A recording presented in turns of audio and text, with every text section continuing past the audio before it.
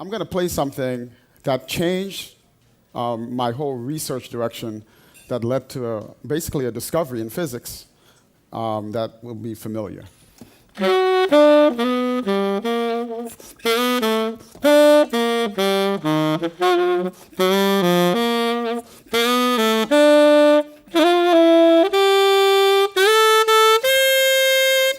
All right, thank you. So about 8 years ago when I had a leak here.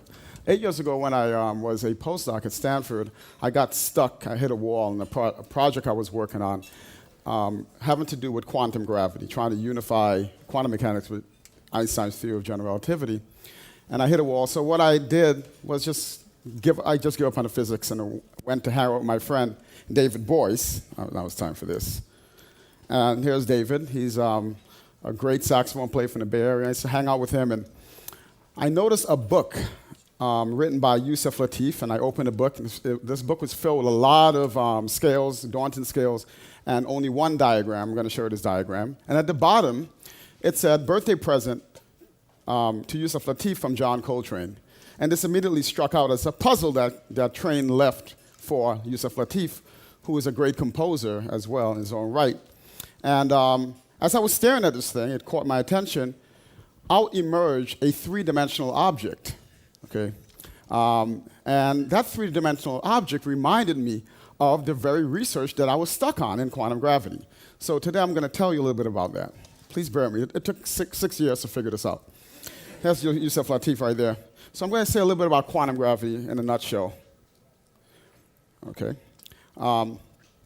So the first part of quantum gravity is quantum mechanics. The thing I want you to take away about quantum mechanics is that what appears to be continuous, okay, and continuous about matter is actually discrete when we get to atomic levels. So here's a depiction of hydrogen atom, and what we see is an electron jumping, making a quantum leap, okay, in energy, and releasing a packet of energy called a photon. This is basically how a laser works.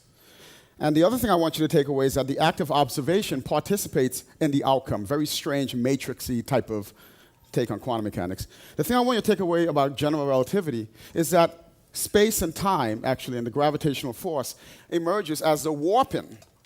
So space and time is a fabric that gets warped due to the presence of matter. What we're looking at here is a real picture of something called a proto-galaxy, a baby galaxy, a quasar, that is lensed.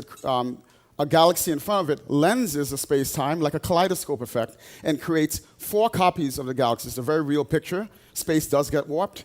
And this is what a black hole does to a galaxy like our own, supermassive black hole.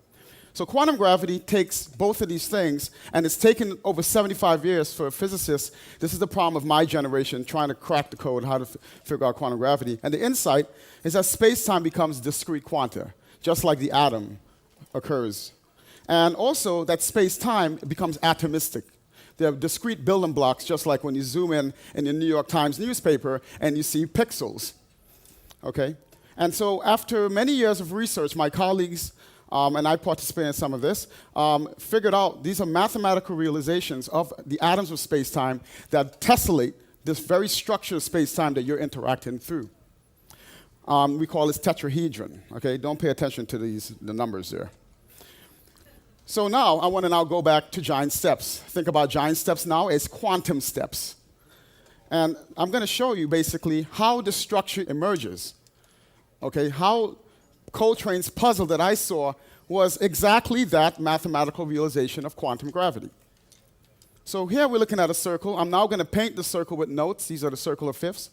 And I'm going to pick the most symmetric object in this, which is this triangle. Each point of that triangle is a note. And I'm going to play that for you. Any guesses? All right. So basically, there's one note in between that, but I played C, E, and A flat there.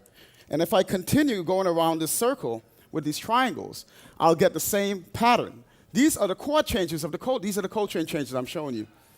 4 triangles, if I play these 4 triangles, I come right back to the center of gravity. Now, if I go back to Yusuf Lateef's puzzle, you see that's exactly what Coltrane gave him. Now, if I extend this to 3 dimensions, which is what Coltrane was really after, he kept talking about expansion. He was a big fan of Albert Einstein. Near the end of his life, he was making statements of why is the universe expanding? He wanted to create expansion. If I expand this object out, I have 4 triangles in 3 dimensions, I create the tetrahedra, which is exactly the atom of space and time that we find in quantum gravity. So this is, I took this very seriously, and I ended up in a research project with the director of composition at NYU, Professor Robert Rowe, right down the corner, at Steinhardt. And 4 years later, we figured out how to generalize the structure to all of the 4 notes that what we call tetranotes, chords, okay, in the Western musical system. And this is the answer. This is called the pentahelix. And what it is a reflection of tetrahedra that spiral up into like a helical structure. So it's very interesting that our Western musical scale, geometrically, looks very much like the double helix of DNA. Okay? And now, even in string theory, my colleague, Professor Gates, has applied this to string theory, and you can see that the structure emerges there. So I just want to, you know,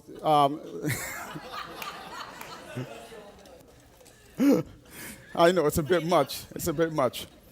But these are mathematical realizations of theories of quantum gravity, and it's just intriguing to me and coincidental that fields that at first appeared to be so disparate and unrelated, by bravely and just engaging others in different fields, could lead us to make surprising discoveries and insight, even in our own fields at home. So for the last 2 seconds, I would like to now want you to think about, I'm going to play this again, and I wonder if it's going to sound or look different to you.